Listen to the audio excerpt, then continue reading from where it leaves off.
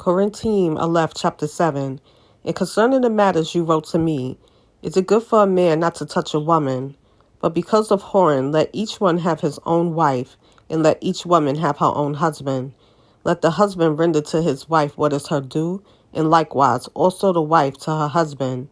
The wife does not have authority over her own body, but the husband does. And likewise, the husband does not have authority over his own body, but the wife does. Do not deprive one another except with agreement for a time, to give yourselves to fasting and prayer, and come together again so that Satan does not try you because of your lack of self-control. And I say this as a concession, not as a command. For I wish that all men were even as I myself, but each one has his own gift from Yah, one in his way and another in that. And I say to the unmarried and to the widows, it is good for them if they remain even as I am. But if they do not have self-control, let them marry, for it is better to marry than to burn. And to the married I command, not I, but the masters, a wife should not separate from a husband. But if she is indeed separated, let her remain unmarried or be restored to favor with her husband, and let a husband not send away a wife. And to the rest I say, not the master, if any brother has an unbelieving wife, and she thinks well to live with him, let him not send her away. And a woman who has an unbelieving husband, and he thinks well to live with her, let her not send him away. For the unbelieving husband has been set apart in his wife, and the unbelieving wife has been set apart in the husband. Otherwise your children will be unclean, but now they are set apart. And if the unbelieving one separates, let him separate himself. A brother or a sister has not been enslaved in such matters, but Yah has called us to peace. For how do you know, O wife, whether you shall save your husband?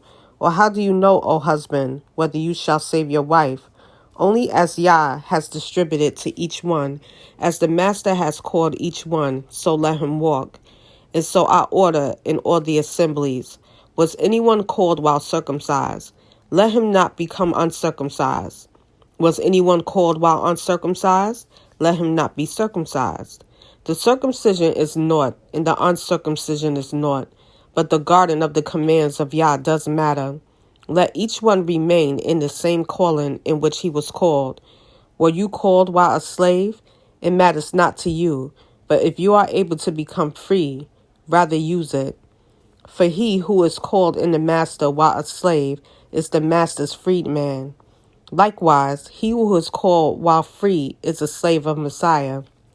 You were bought with a price. Do not become slaves of men. Brothers, let each one remain with Yah in that calling in which he was called. And concerning maidens, I have no command from the master, but I give judgment as one whom the master in his compassion has made trustworthy. I think then that this is good because of the present necessity, that it is good for a man to remain as he is. Are you bound to a wife? Do not seek to be loosed. Are you bound from a wife? Do not seek a wife. But even if you should marry, you have not sinned. And if a maiden should marry, she has not sinned. But such shall have pressure in the flesh. But I will spare you. In this I say, brothers, the time is short, so that from now on, even those who have wives should be as though they had none, and those who weep as though they did not weep, and those who rejoice as though they did not rejoice, and those who buy as though they did not possess, and those who use this world as not misusing it. For the scene of this world is passing away, and I wish you to be without concern. He who is unmarried is concerned about the matters of the master, how to please the master, but he who is married is concerned about the matters of the world, how to please his wife. There is a difference between a wife and a maiden. The unmarried woman is concerned about the matters of the master, that she might be set apart both in body and in spirit. But she who is married is concerned about the matters of the world, how to please her husband. And this I say for your own good, not to put a restraint on you, but for what is proper, and to attend to the master without distraction. And if anyone thinks he is behaving improperly toward his maiden, if she is past the flower of her youth, and so it should be, Let him do what he desires. He does not sin. Let them marry. But he who stands steadfast in his heart, having no necessity and has no authority over his own desire, and has so decided in his heart to guard his own maiden, does well. So then, he who gives her in marriage does well, but he who does not give her in marriage does better.